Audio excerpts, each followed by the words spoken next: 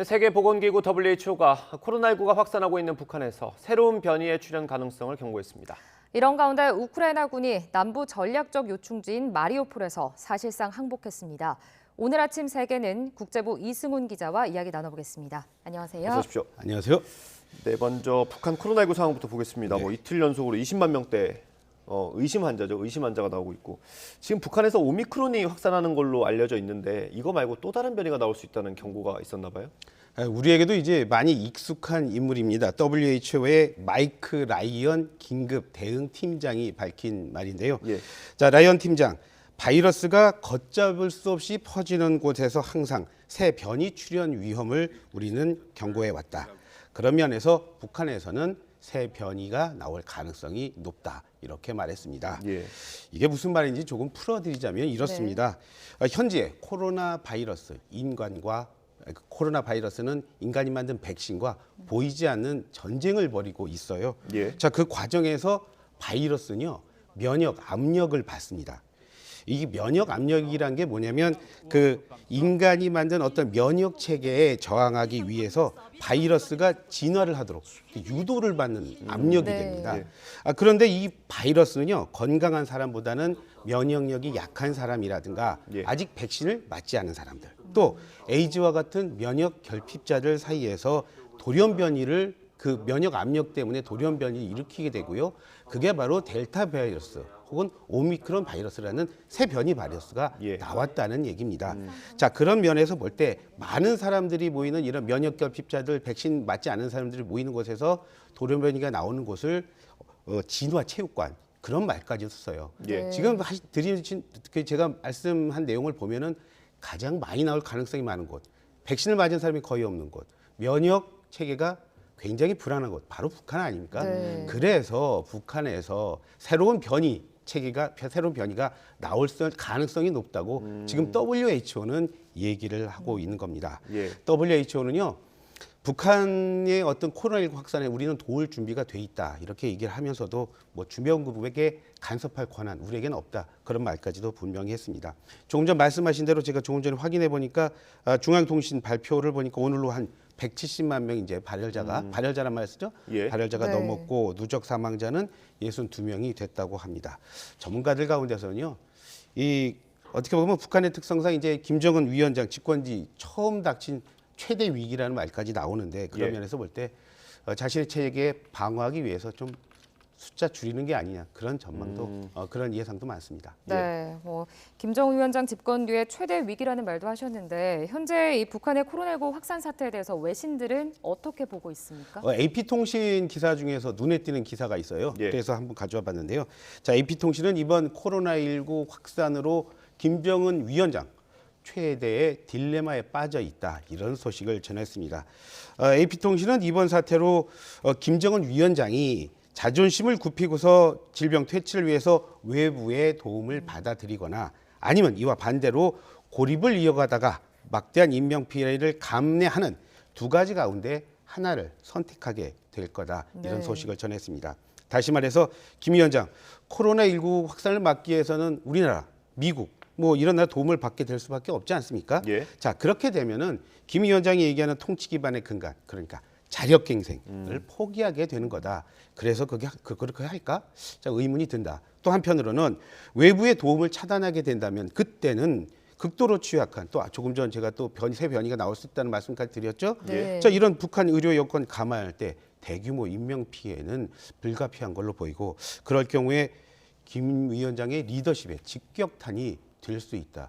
이런 상황에서 과연 어떤 선택을 할지 매우 지금 딜레마에 빠져 있다. 이런 소식을 전하더라고요. 예. 특히 이 통신은 이번 사태가 지난달 25일에 있었던 대규모 열병식 그 닷새 뒤에 공식적으로 확인됐지 않습니까? 예. 네. 자, 그런 면에서 볼 때 이번 코로나19 확산 최근 대규모 행사와 관계가 있지 않을까 그런 추정을 하더라고요. 예. 북한 잘 아시다시피 이른바 꺾어지는 해 5년, 10년 단위로 해서 기념식 성대하게 하지 않습니까? 예. 네. 그런데 하필이면 지난달 김 위원장의 집권 10년, 또 김일성의 110회 생일, 또 조선인민군 창설 90주년 예. 모두 이렇게 굵직굵직한 행사가 있어서 대규모 동원 많이 했거든요. 아마 그런 영향이 크다 그런 분석인 겁니다. 예, 그렇군요. 네, 이번에 우크라이나 상황 좀 보겠습니다. 남부 지역의 요충지라고 많이 알려져 있던 곳입니다. 마리우폴에서 우크라이나군이 군사 작전을 종료했다 이런 소식이 있는데 이게 어떤 의미입니까? 사실상 이제 아조스탈의 공방 네. 끝이 났다고 보시면 됩니다. 예. 자, 아조우 부대를 중심으로 한 저항이 있었죠. 러시아가 우리는 마리우폴을 점령했다 예. 하고 선언한 뒤에 무려 그게 22일이었으니까 지난달 20일이었으니까 약 27일 동안 예. 최후의 저항을 한 겁니다. 네. 자, 이번 발표는 아조스탈 제철소에서 부상병 260여 명이 러시아군 통제 지역으로 이송한 뒤에 바로 나왔습니다.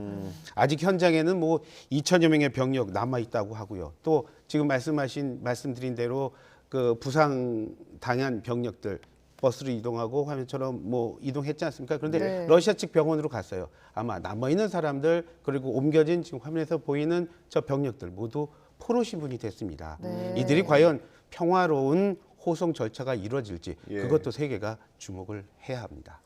네, 이 아조스탈의 마지막 항전과 관련해서 또 준비해온 소식이 있으시다고요. 시청자 여러분과 좀 네. 함께 나누고 싶어서 준비해오는 화면이 있습니다. 예. 네. 화면을 그냥 한번 보시죠.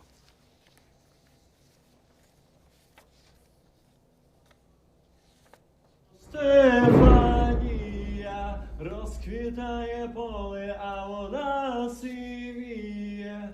Заспівай мені, мамо, колискову, хочу ще почути твоє рідне слово. 화면에서 보셨지만 마지막 저항에서 나선 이 아조 부대원, 젊은 부대원의 모습입니다. 그런데 노래 중간중간 들으셨죠? 지축으로 흔드는 포성이 들립니다. 포격 소리가 네. 들리네요. 네, 그렇습니다.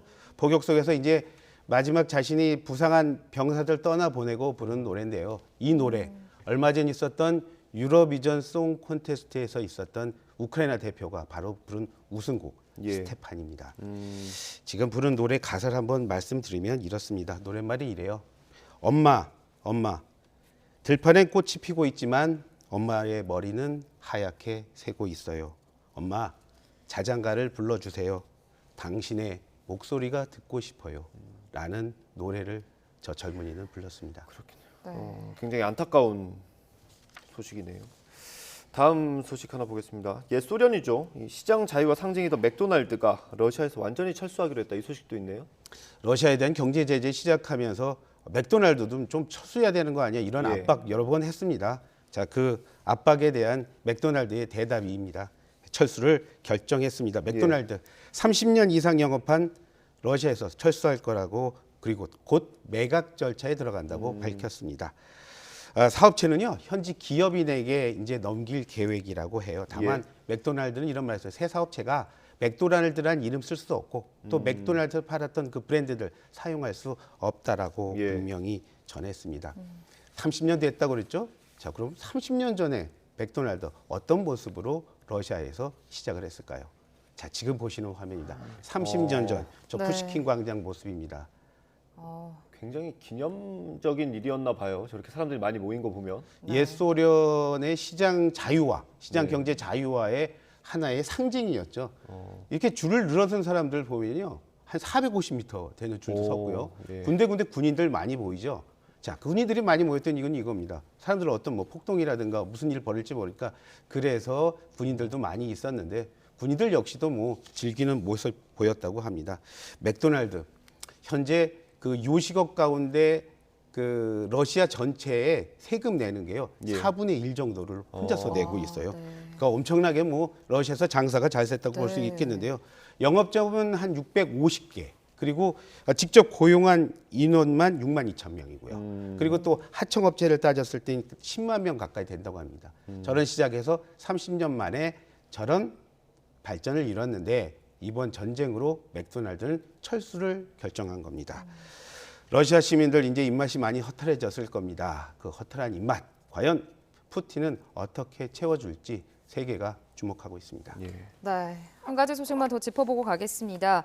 미국 의회에서 50년 만에 처음으로 이 미확인 비행물체 UFO라고 하죠. 공개 청문회가 열렸습니다. 이 소식 마지막으로 좀 전해주시죠. 네, 미국 연방 하원에서요 세계가 주목한 말씀하신 청문회가 열렸습니다. 바로 UFO 청문회입니다. 자, 미 하원 정보위 산하의 대테러 방첩 소위원회라고 있습니다.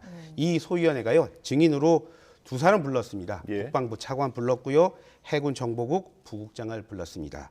미 확인 비행 현상 진상 규명에 대한 조사 상황 들었습니다. 미확인 비행 현상 진상, 비확인 비행 현상 이게 바로 미국이 부르는 UFO에 대한 공식 용어입니다. 예. 저는 이제 UFO라고 하겠습니다. 예.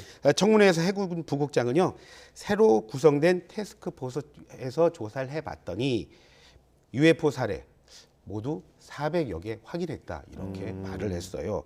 다만 이 UFO가 지구가 아닌 다른 곳에서 왔다는 걸 증명할 만한 증거는 없었다. 아. 그렇게 네. 해군 부국장은 설명했습니다. 조사를 아까 국방부 차관 나왔다고 말씀드렸죠. 예. 자, 네. 국방부 차관이 바로 이번 조사를 책임지는 사람입니다. 국방부 차관 이런 말 했습니다. 우리 군인이 UFO와 여러 차례 마주쳤다는 거 나 잘 알고 있다. 예. 하지만 이런 만남이 잠재적 위험을 초래할 가능성이 크기 때문에 그 원인을 밝기 위해서 열심히 노력은 하겠다. 이런 말을 했습니다. 청문회를 주재한 안드레 카슨 소위원장 화가 좀 났나 봅니다. 이런 말 했습니다. 자, UFO 이번에도 규명 안 됐다. 하지만 실제하는 건 분명하지 않느냐. 미 국방부 제대로 일을 하고 있지 않다. 따끔하게 지적을 했다고 하네요. 예. 자, 미국의 UFO 공식 조사 지난 1970년에 있었으니까요. 우리 50년 만에 다시 한 겁니다. 네. 네. 그렇군요. 오늘 말씀은 여기까지 듣도록 하겠습니다. 국제부 이승훈 기자였습니다. 감사합니다. 고맙습니다.